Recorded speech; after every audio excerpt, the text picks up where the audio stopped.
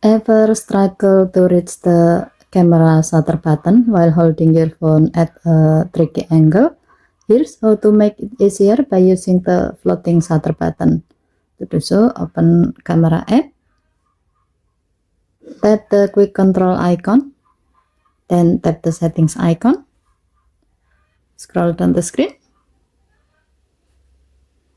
tap shooting method, and then turn on floating shutter button. To see the result, go back to your camera.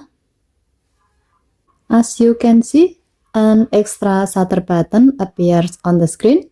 You can drag it anywhere on the screen, left, right, or bottom, wherever your finger feels almost comfortable.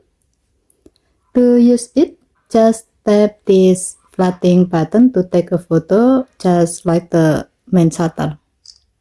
Given to the function, this feature is super handy when you are taking selfies with one hand, shooting at odd angles, or when your thumb cannot quite reach the default shutter button.